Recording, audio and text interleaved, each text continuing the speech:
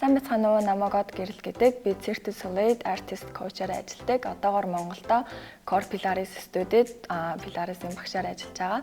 Тэг өнөөдөр би өөрийнхөө дуртай 3 аппликейшнийг талаар хуваалцах чинь. За эхний аппликейшн болохоор энэ Flow гэдэг app байгаа.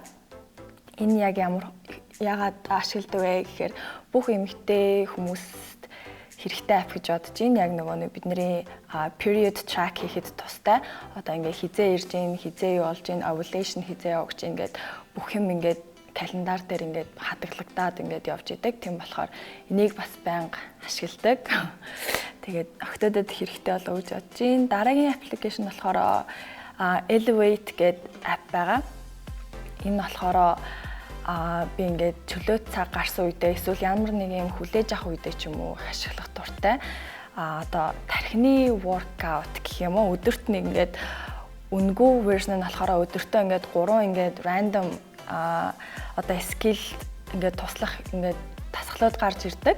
Одоо жишээ нь өнөөдрийнх болохоор ингээд математикийн хуваах те ингээд цэжэрээ хувааж боддог юм. Эсвэл ингээд дүрмийн одоо англи бичгийн дүрм гэх мэт ингээд сонсох гэд янз бүрийн юмнууд гарч ирдэг. Тэгээ чадваруудаа дээшлүүлээд явах тусам үе шат нь ихсээд чаленж нь ихсээ явдаг.